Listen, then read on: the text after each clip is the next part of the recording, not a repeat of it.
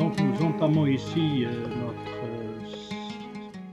cinquième et dernière partie de l'entretien avec algerienetwork.com qui, je le rappelle, est destiné principalement aux francophones, aussi bien nos concitoyens algériens qu'à ceux qui s'intéressent à notre cher pays, l'Algérie. Cette vidéo est dévouée aux questions de l'énergie nucléaire, aussi bien au développement durable, ainsi qu'aux questions de culture, éducation, sciences et technologie. Avant d'aborder ces thèmes, ces questions, permettez-moi, M. Gemouli, en ce début du mois de Ramadan, de souhaiter à tous ceux qui font le carême un Ramadan béni. Qu'Allah subhanahu wa ta'ala accepte notre jeûne et nos prières et nous bénit avec les immenses barakas de ce mois sacré.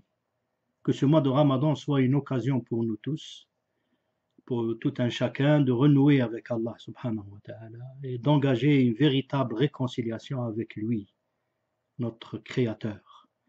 Que cela soit pour chacun de nous une occasion, durant ce mois sacré de Ramadan, pour non seulement lire, mais aussi et surtout étudier le Coran, cette dernière et finale révélation de Dieu à l'humanité. Amin, ya Rabbal Alamin. Revenons ainsi à vos questions, M. Gemouli, relatives au thème de l'énergie. Tout d'abord, vous soulevez comme toujours des questions très intéressantes, allant du nucléaire au développement durable. En commençant par le nucléaire, vous me posez la question si je suis pour l'option nucléaire pour des raisons de sécurité et déterrence nucléaire, ou contre pour des raisons de non-prolifération. Et vous dites aussi, supportez-vous le problème nucléaire iranien pour contrer le programme israélien, je suppose. Et pensez-vous que le monde musulman a le droit de se défendre contre les autres nations du monde avec des armes de destruction massive?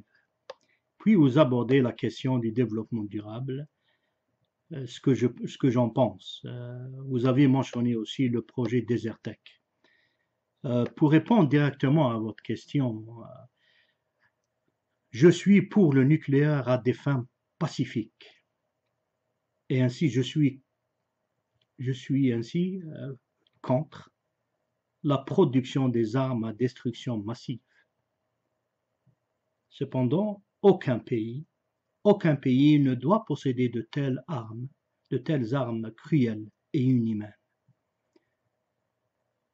Mais la non-prolifération des armes nucléaires n'aura un sens et ne serait effectivement respectée que si les pays qui ont adopté cette culture machiavélique dont nous en avons parlé dans la deuxième vidéo de cet entretien, que si ces pays-là détruiront leur propre arsenal nucléaire.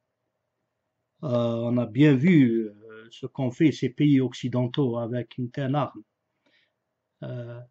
avec leur politique machiavélique adoptée, comme vous l'avez dit, il y a plus de 2 siècles, et qui les a poussés à n'avoir aucune considération, mais aucune, pour les autres nations. On a vu les USA et leur attaque barbare contre le peuple japonais à Hiroshima et Nagasaki. Les Français et leur essai nucléaire au sud de notre pays, l'Algérie. Cela sans considération aucune à notre population. Et ainsi de suite. Ceci étant dit, une précision s'impose concernant le nucléaire. Beaucoup ne voient en cette énergie que l'armement, alors qu'au fait, il y a des centaines de projets de développement faisant appel à la science et la technologie nucléaire. Notre pays peut tirer parti des avantages de l'énergie nucléaire et pour son développement. Pour peu qu'il y ait chez les responsables une véritable volonté politique pour un développement réel et pour sortir de cette économie de bazar dont nous avions évoqué lors de la dernière vidéo. Cela vers une économie de production pour un développement durable, justement. Ainsi, il existe de nombreux domaines où les techniques nucléaires s'avèrent plus intéressantes que d'autres, ou au moins elles peuvent les compléter utilement. Le domaine le plus connu concerne les activités qui ont trait à la production d'électricité au moyen des réacteurs nucléaires. Cependant, le nucléaire a une portée bien plus vaste, englobant les domaines tels que la santé, l'agriculture, l'industrie, l'hydrologie, la radioprotection et la surveillance de l'environnement, lesquels présentent tout un intérêt spécial pour les pays qui visent vraiment le développement. Il est impératif pour ces pays d'œuvrer pour devenir autonomes dans le domaine de la science et de la technologie nucléaire, ceci en renforçant leurs ressources humaines et leurs institutions. Par exemple, concernant l'agriculture, parce que notre pays est un pays agricole, pour un État qui œuvre pour préserver les intérêts stratégiques de son peuple, l'impératif majeur est d'assurer un approvisionnement suffisant en denrées alimentaires. Le développement économique et social d'un tel pays impose une gestion prudente de l'eau et du sol, ainsi que le recours aux techniques les plus récentes, les plus avancées, pour exploiter au mieux les ressources naturelles tout en préservant l'environnement. Eh bien, les techniques nucléaires peuvent justement aider à répondre à ces impératifs. Afin d'améliorer la production végétale et animale, par exemple, des techniques faisant appel au rayonnement et aux isotopes sont utilisées dans des domaines tels que la fertilité des sols, la sélection des plantes, la santé animale, la lutte contre les insectes et les ravageurs, l'utilisation des pesticides et la conservation des denrées alimentaires. Donc, pour que la production agricole soit stable et longue, il faut que les sols reçoivent des quantités d'eau suffisantes. Les travaux effectués dans ce domaine grâce au nucléaire, justement, aident notamment les spécialistes de l'irrigation à choisir la meilleure option pour utiliser les ressources en eau d'une façon optimale. En effet, l'utilisation des appareils de détection des nappes d'eau ou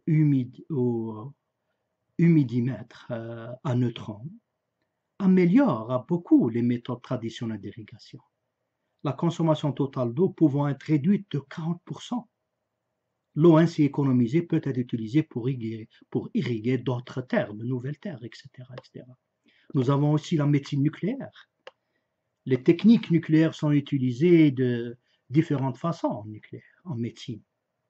L'utilisation des rayons X à des fins diagnostiques est bien connue, mais les médecins disposent d'un large éventail d'autres techniques. On estime qu'environ un quart de l'ensemble des patients hospitalisés dans les pays occidentaux industrialisés bénéficient justement de la médecine nucléaire. Il ne faut pas oublier aussi qu'un cancéreux sur 3 bénéficie des services du nucléaire par le biais de la radiothérapie. La dose de rayonnement qu'il reçoit doit être précise. La précision de la dosimétrie, c'est-à-dire la mesure des doses de rayonnement, est essentielle. Nombreux sont ceux qui utilisent des réacteurs de recherche pour des activités de formation, de recherche pure et d'analyse, et pour produire des radioisotopes destinés à des applications industrielles, agricoles et médicales. Il y a aussi plusieurs applications industrielles du nucléaire.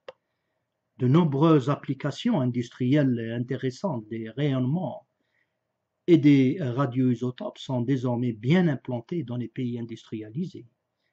Les principaux domaines d'application sont notamment la radiographie, les essais non destructifs, l'ingénierie et la technologie des rayonnements, les systèmes de contrôle et les traceurs radioactifs, les techniques d'analyse et de contrôle de la qualité, etc., etc. Donc, en bref, il y a plusieurs applications pacifiques du nucléaire. Il y a plusieurs applications, je ne voudrais pas m'étaler là-dessus.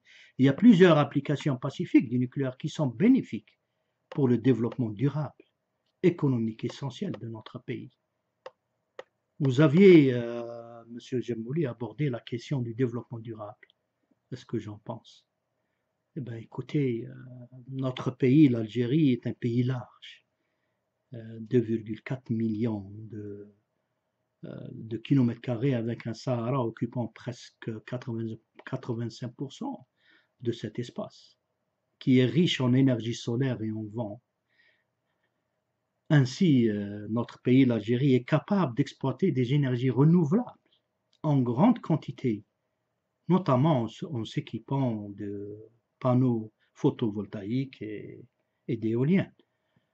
Vous avez mentionné justement le projet Desertec. Donc, je suis pour les énergies renouvelables. Je suis pour un développement durable qui est basé sur justement ces énergies renouvelables. Vous avez mentionné le projet Desertec. Il est vrai que le pouvoir illégitime et corrompu en place à Alger a décidé de joindre le projet Desertec avec nos voisins frontaliers, le Maroc et la Tunisie. Le but avancé étant de pouvoir subvenir plus de 90% de nos besoins en électricité et d'exporter notamment vers les pays européens. Il faut rappeler que le projet Desertec est né il y a une dizaine d'années déjà. Ce projet considère que si l'on recouvrait moins de 0,5% des déserts mondiaux, qui représentent une surface de 40 millions de kilomètres carrés, c'est immense. Si on recouvrait tout ça, les 0,5% de ces déserts, de centaines de centrales solaires thermiques, de panneaux photovoltaïques ou d'éoliennes, cela suffirait à répondre à la demande d'électricité internationale. Donc, ainsi, ce projet implique de nombreux partenaires, et notamment les pays du Maghreb et du Moyen-Orient, car le Sahara étant un désert ensoleillé de 10 millions de mètres carrés.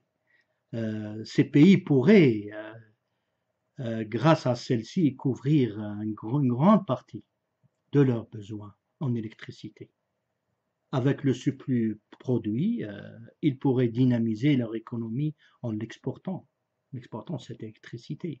En effet, ce secteur de l'électricité produite dans un désert est estimé à quelques 60 milliards de dollars, 60 milliards d'euros, ce qui fait un peu plus en dollars.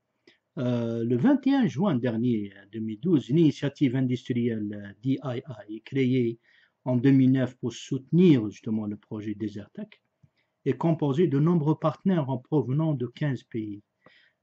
Cette initiative a présenté en Allemagne son étude appelée Desert Power 2050. C'est un plan pour l'année 2050, qui reprend les grandes lignes du projet Desertec et a précisé que l'Algérie, justement, avait une capacité exceptionnelle de production d'énergie renouvelable. Il est estimé qu'un pays aussi large comme l'Algérie peut produire un volume de 1000 MWh grâce à des centrales solaires, ce qui n'est pas négligeable, mais disons, c'est pas si considérable que ça.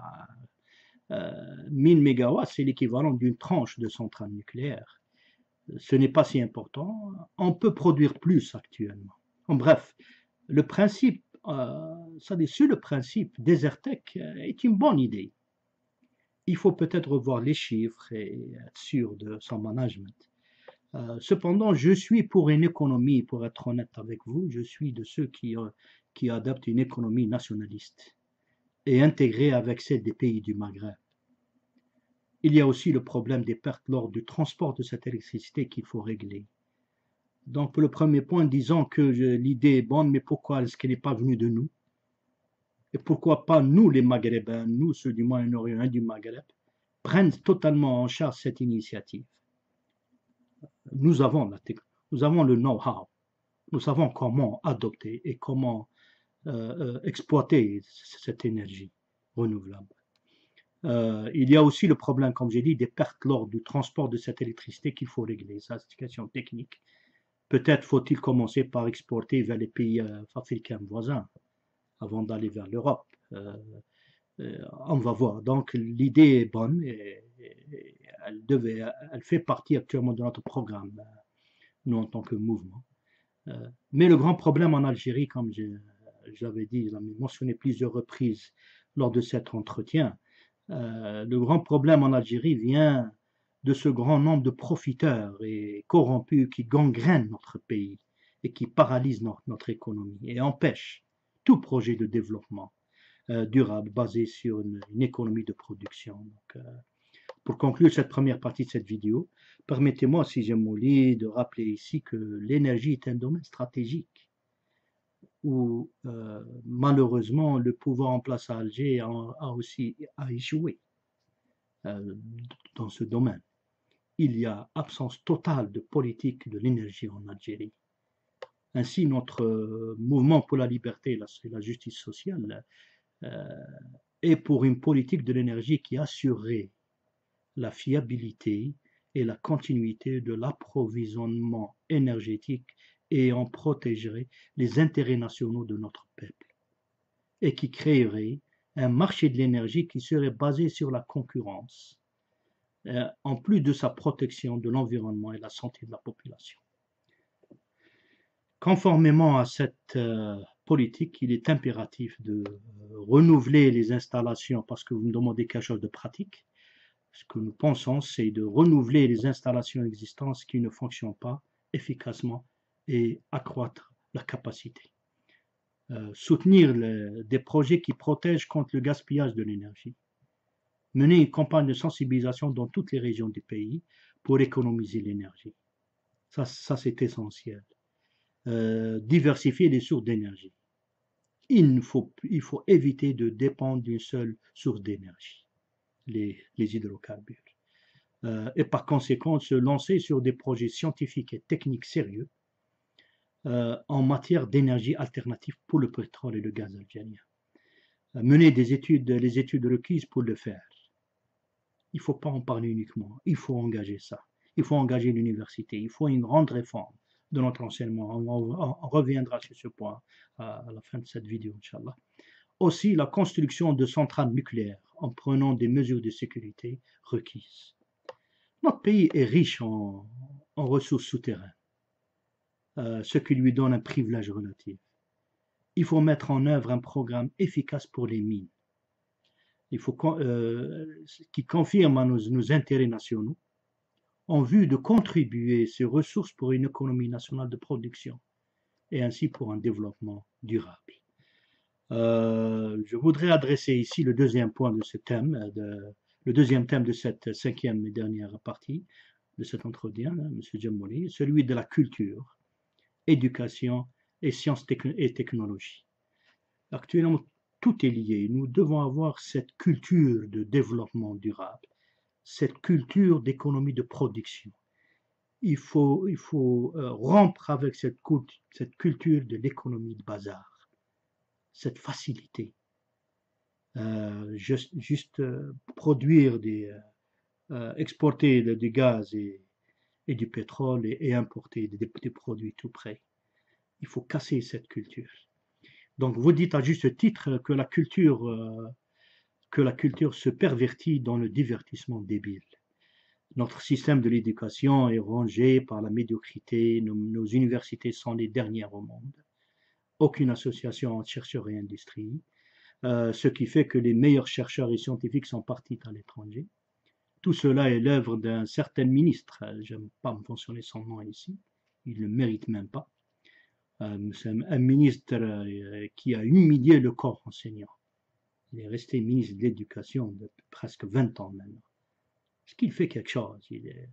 Il a un plan de destruction systématique de tout ce qui est cher à l'Algérie, al-Mandouma Tarbawiya ou Ta'limiyya, qui a humilié le corps enseignant, délabré le programme et clochardisé tout le corps de l'enseignement en Algérie, qui dans les années 70, comme vous le dites, était coté l'un des meilleurs de l'Afrique et dans le monde arabe.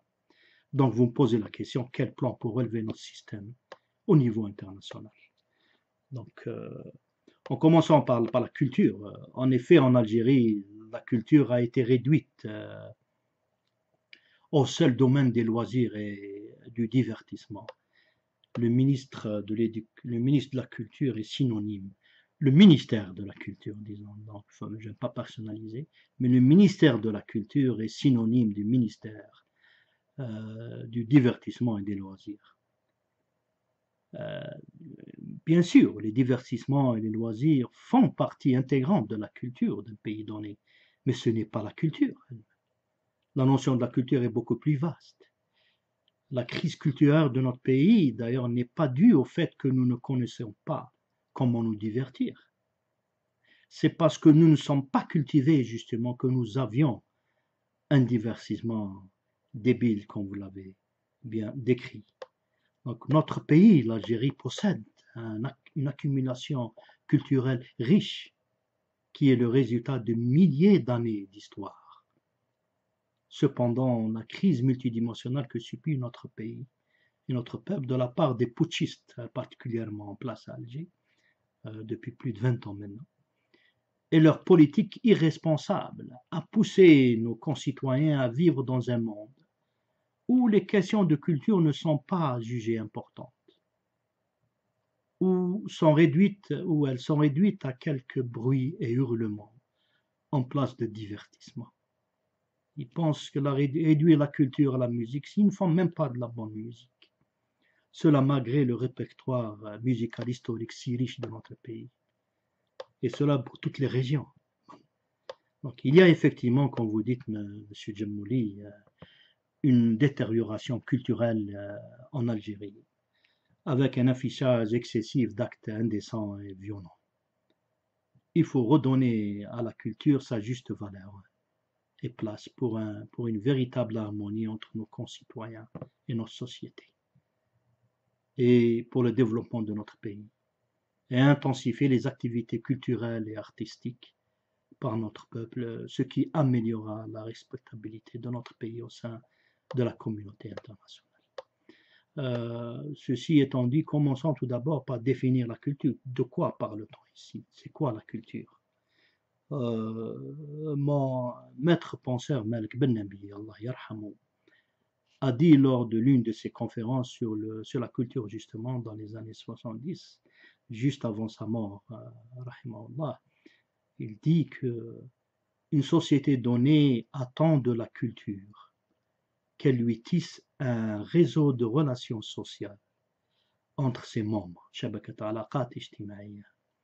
garantissant d'une part pour chaque individu de l'attention et de la protection de la part de la société. C'est-à-dire que chaque individu doit se sentir en paix et en sécurité, loin de tout besoin essentiel pour une vie décente. Un peuple cultivé, une société cultivée, c'est une société qui protège ses membres, et ses membres se sentent protégés, ça d'une part, où chaque individu se sent en toute harmonie avec le mode de vie de la société. Et de l'autre côté, de l'autre part, garantir une protection à la société des dérives des individus. Il faut aussi que cette culture-là nous permet à la société de se protéger contre les dérives de certains des individus, des membres, et donc nous suggérons, nous, au sein de notre mouvement, le MLJS, le plan suivant, puisque vous me demandez un plan, afin de développer une telle culture pour notre société algérienne. Donc, afin que la culture fournisse cette harmonie à tous ses membres avec le mode de vie de la société, nous proposons d'engager un débat national pour, premièrement, donc ça, c'est le premier point, c'est se mettre d'accord tout d'abord sur un système de valeurs morales, l'akhlaq. Car pour nous, notre école de pensée dit que seule la morale peut garantir l'harmonie et l'unité de la société et préserver ce réseau de relations sociales entre tous ses membres. Pour être clair ici, je suis avec mon maître penseur Malik Ben-Nabi quand il affirme que pour nous les Algériens, seules les valeurs de l'islam peuvent nous fournir ce système de valeurs morales qui nous permettra de créer cette harmonie nécessaire, et je dis bien entre tous les citoyens et la société. L'islam, s'il est bien compris, est là pour édifier une société. Cependant,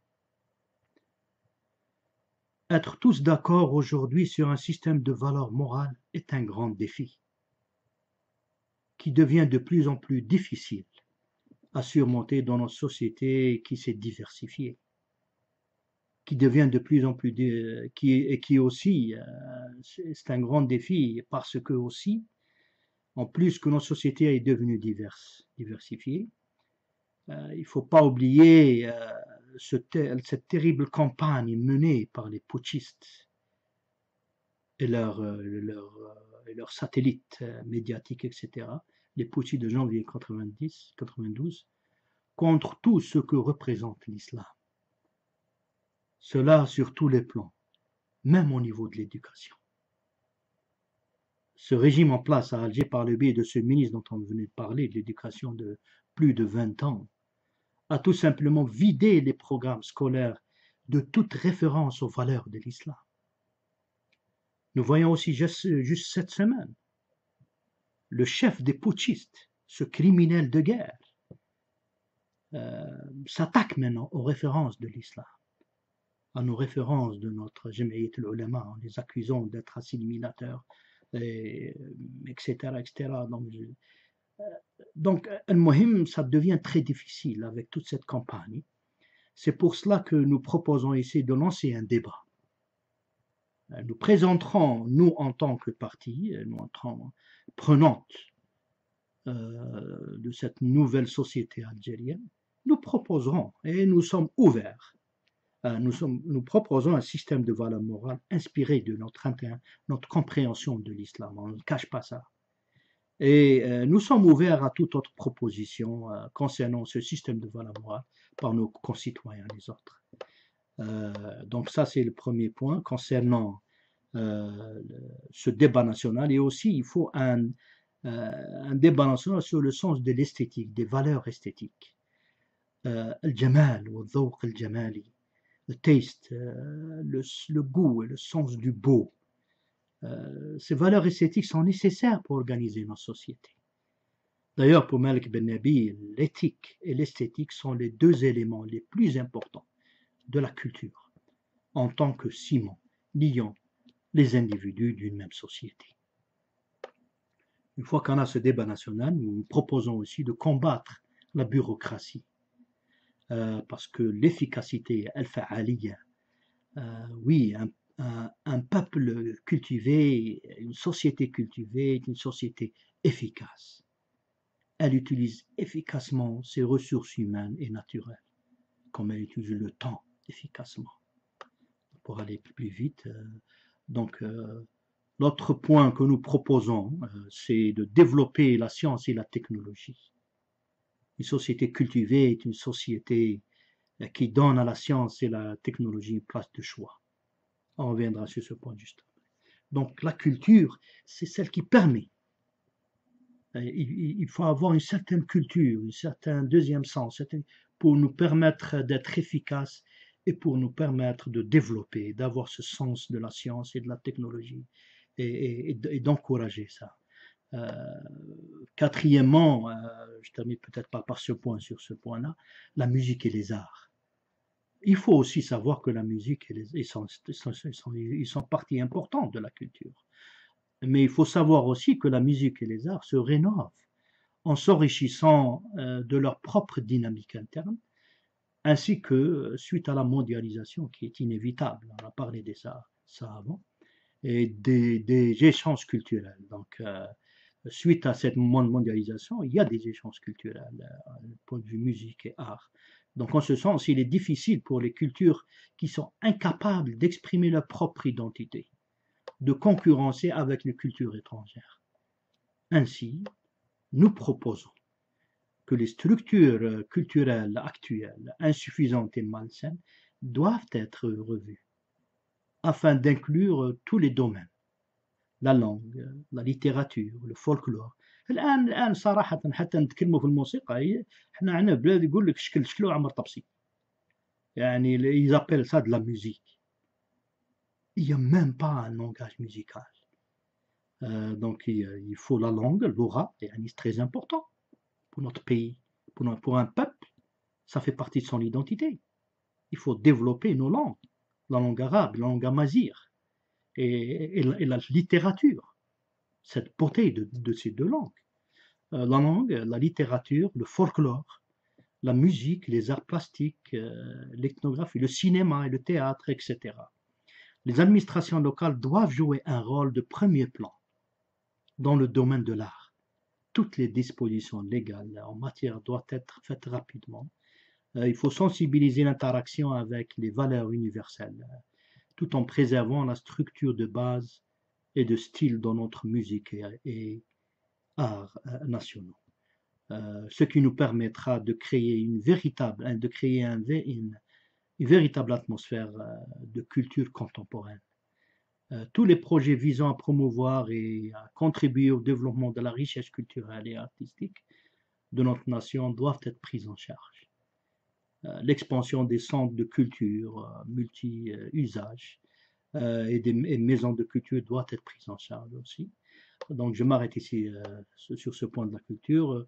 Maintenant, notre plan concernant le système de l'éducation.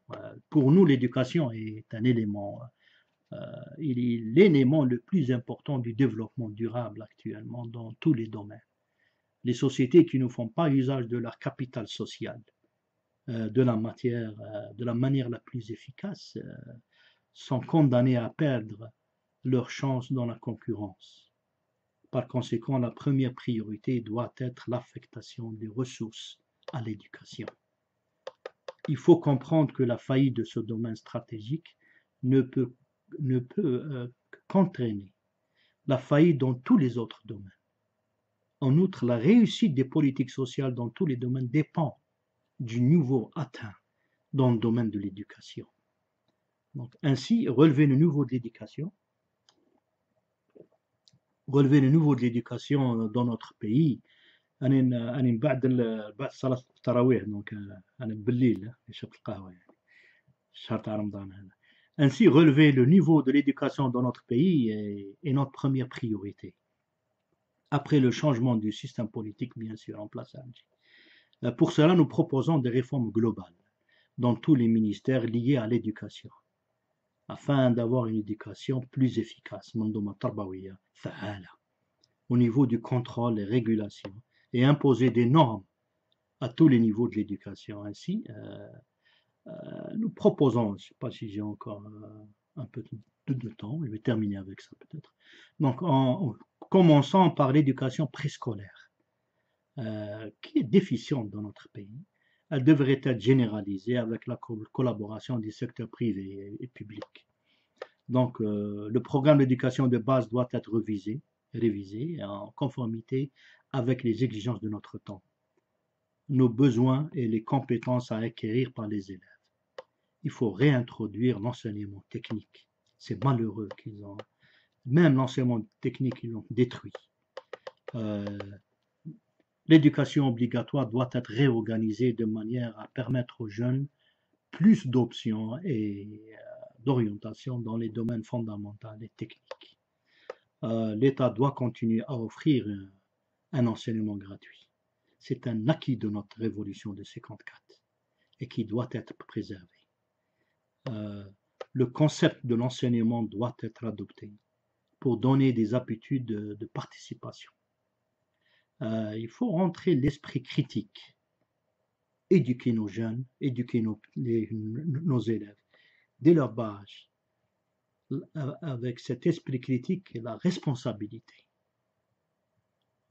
des critiques.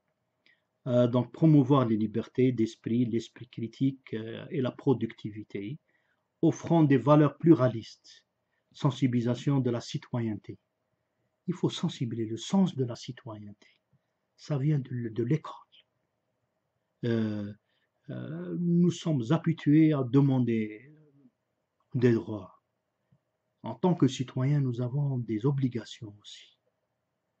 عندنا واجبات. صحيح عندنا حقوق ولكن لدينا واجبات.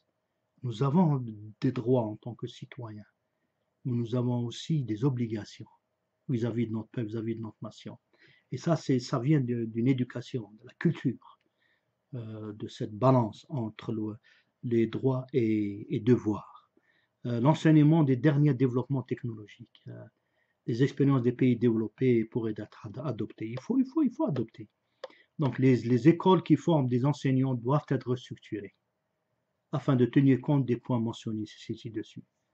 Parce qu'une classe ouverte qui permet aux élèves, dès leur bas âge, de s'exprimer poliment et avec responsabilité, demande de l'enseignant lui-même un nouvel esprit. Et c'est pour ça qu'on a besoin de restructurer ces écoles de formation d'enseignants.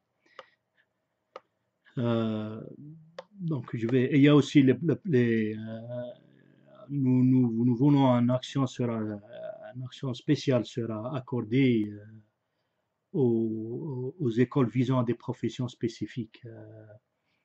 L'enseignement préuniversitaire doit être restructuré pour enseigner des professions au-delà de la simple fourniture de diplômes.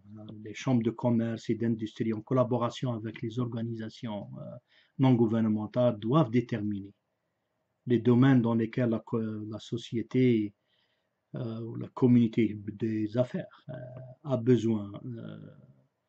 Donc les programmes spéciaux de soutien à la formation professionnelle doivent être fournis à des domaines de priorité et de développement assez élevés quand même. La réforme du système des bourses doit être adoptée pour les étudiants par lesquels ils peuvent se concentrer. Il faut que nos étudiants n'aient pas un besoin en monnaie. Notre pays est un pays riche. Donc il faut aider nos étudiants à ce qu'ils focus, à ce qu'ils soient totalement dévoués à leurs études. L'enseignement supérieur aussi doit être restructuré en vue de leur permettre de fournir une formation de haute qualité. Les universités doivent avoir la possibilité de lancer des projets conjoints avec les administrations locales, les chambres de commerce, les hommes d'affaires. Des dispositions doivent être effectuées pour les collectivités locales et le secteur privé afin de développer la relation avec les universités. Bien sûr, le gouvernement doit soutenir la recherche et le développement technologique dans les universités, dans des domaines où l'État a des besoins. Donc il faut qu'il y ait cette relation. Il fournit des fonds aux universités dans certaines matières. Ainsi, nos universités doivent coopérer avec l'industrie, de devenir des institutions de recherche et d'application pratique, et non pas rester coupées de la société et de la vie réelle. Parce que maintenant, nous avons malheureusement, il y a une coupure totale entre l'université et le monde réel. Donc, on a besoin d'une réforme radicale et nécessaire dans l'enseignement supérieur. Il y aura il faut un conseil suprême de l'enseignement supérieur qui doit être mis en place pour assurer la coordination entre les universités. Les universités doivent être dirigées par des universitaires. Il faut laisser la politique en dehors des universités et en dehors de l'éducation en général. Les universités doivent être transformées en institutions jouissant d'une autonomie administrative et académique, où les connaissances scientifiques et les activités de recherche et d'enseignement sont des normes. Il faut l'avouer aujourd'hui. Les chercheurs, on avait une blague chez nous en Algérie, à chaque fois on dit que les chercheurs, on les trouve en Algérie, mais ceux qui trouvent, on les cherche. Donc il faut changer cette culture, justement. Une attention particulière doit être mise sur l'enseignement des élèves handicapés. Activités des associations, fondations et organismes d'aide sociale opérant à cet effet doivent être particulièrement prises en charge. Donc, concernant les sciences et la technologie, je termine par ça. Pour notre mouvement, la science et la technologie ont une importance stratégique en termes de développement économique, la sécurité et le bien-être social. Pour cette raison, nous croyons que les politiques scientifiques et technologiques de notre pays doivent être restructurées avec une large participation de nos chercheurs. Ainsi, la capacité scientifique et technique de notre nation augmentera, Inch'Allah, grâce à la mise en œuvre des politiques de sciences et technologies correctement sélectionnées. Nous proposons une politique de la science et de la technologie focalisée sur le développement des mécanismes de conversion de la science et la technologie en avantages économiques et sociaux. Et là, nous proposons un certain nombre de mesures. Je ne pense pas qu'on a le temps d'aller tout ça.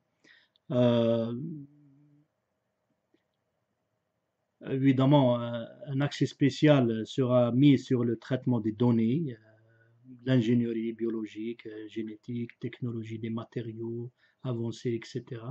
Les mesures doivent être prises en vue d'inverser le flux des cerveaux, que vous avez parlé. Les encouragements doivent être fournis pour les scientifiques locaux et étrangers à venir en Algérie sur une base périodique ou permanente. Mais cela, évidemment, c'est le système de vagues communicants. Si nous avons un niveau de l'éducation qui est plus bas que celui de l'étranger, pourquoi voulez-vous que nos chercheurs viendront? Il faut préparer, et nous avons des moyens. Nous avons des moyens pour avoir cet environnement adéquat à nos chercheurs pour se développer. Donc on pourra avoir des laboratoires de recherche au niveau européen au moins, sinon au niveau américain. Pour peu qu'il y ait une volonté politique et il y a fin à cette politique, à ces gens qui ont vendu le pays, à cette façade. Donc, mais je voudrais aussi insister sur un point, peut-être je termine avec ça. Je termine cette vidéo par un dernier point qui est vraiment d'une grande importance pour moi. Cela concerne les chercheurs en sciences sociales. Ils sont d'une importance capitale. Ces sciences sociales visant à faire la lumière sur l'accumulation historique et culturelle de l'Algérie, en examinant ses réalités sociologiques, l'examination des politiques sociales. Il faut un examen par ces chercheurs des politiques sociales, culturelles, économiques et spécifiques à l'Algérie. Ces chercheurs-là doivent être soutenus autant que la science et la technologie et la recherche technologique. Donc ainsi s'achève notre 5e et dernière vidéo, Sidjamouli, avec algerienetwork.com. Je vous remercie pour m'avoir offert cette occasion de communiquer avec nos concitoyens, ainsi qu'avec ceux qui s'intéressent à notre chère Algérie. Cette Algérie si riche, avec ses ressources matérielles et humaines, énormes et vitales. Nous, les politiciens issus de l'école El-Bina al-Hadari, estimons que la voie qui a été prise par le pouvoir en place à Alger, malheureusement, a mené à une faillite sociale devenue intolérable pour notre pays, pour notre peuple. Notre pays, l'Algérie, a besoin d'un nouveau système politique. Toute réforme de la situation dans le pays sera vouée à l'échec si elle ne concerne pas tout d'abord le système politique et la manière dont les décisions politiques sont prises. Ce système fermé qui a permis à un petit nombre d'individus, d'une manière illégale et inconstitutionnelle, leur a permis la confiscation du droit du peuple de choisir ses représentants élus lors des élections du 26 décembre 1991. Le crime odieux du 11 janvier 1992 a conduit à une tragédie nationale dont les blessures n'ont pas été encore pensées. Et maintenant, il est en train de le faire revivre ses pensées ces jours-ci.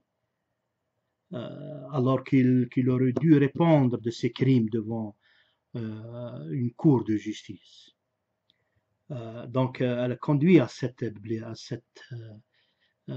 tragédie nationale avec des blessures si profondes, ainsi qu'au verrouillage politique et à une faillite économique. Donc, les janvieristes ont essayé, ont actuellement essuyé un grand échec dans la construction d'un État dans lequel le citoyen jouira de la liberté et dont l'économie sera solide, crédible et capable de rivaliser et d'être compétitif dans le système économique mondial. Cela est dû à l'absence de pouvoir politique émanant du peuple et reflétant sa diversité. Ainsi, 50 ans après son indépendance, notre peuple algérien a le droit de se doter d'un système politique qui lui permettra d'atteindre l'objectif de la guerre de libération historique du 1er novembre 1954, c'est-à-dire obtenir l'indépendance nationale par, premièrement, restaurer l'État algérien, souverain, démocratique et social dans le cadre des principes de l'islam. Deuxièmement, respect des libertés fondamentales sans discrimination ethnique ou religieuse. Il ne sera possible d'établir un tel État indépendant, tant souhaité par notre peuple, que par la réalisation d'une entente entre gouvernants et gouvernés.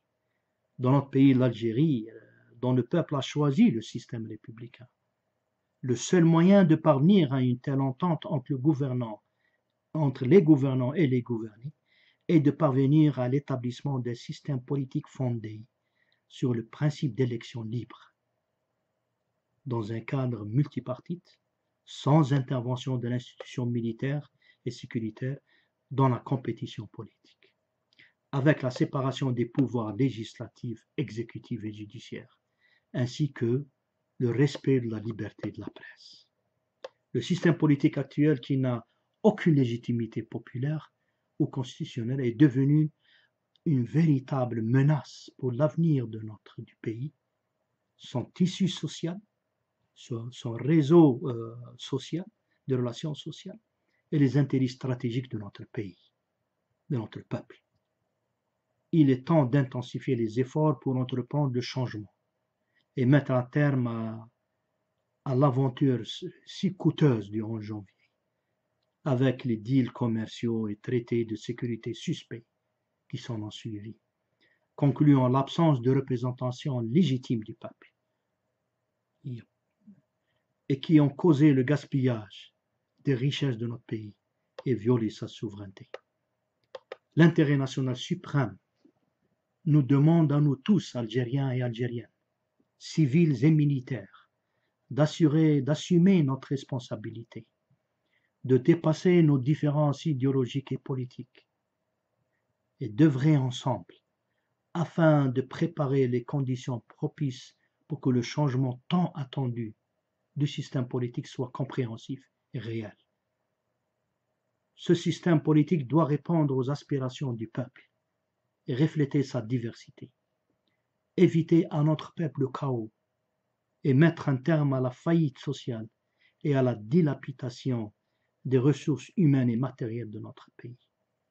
Il doit combattre tous les maux qui entravent son développement national. Un changement consensuel pacifique, bien qu'accompagné, entrepris de manière graduelle et responsable, qui soumettrait l'État à la disposition du peuple, et non l'opposé. L'État doit être à la disposition du peuple pour protéger ses intérêts stratégiques, les intérêts stratégiques du peuple, et les éléments nécessaires pour son développement, comme les ressources humaines et matérielles, telles que les énergies, l'agriculture, la sécurité alimentaire et militaire, et pour parvenir à la paix et la stabilité de l'Algérie et de ses pays voisins. Que cette année du 50e anniversaire de l'indépendance de notre cher pays soit l'année du changement effectif en Algérie. Merci, Monsieur Djemouli, et merci pour Algérie Network. وكان الله في عون شعبنا وأمتنا الإسلامية جمعاء. آمين والسلام عليكم.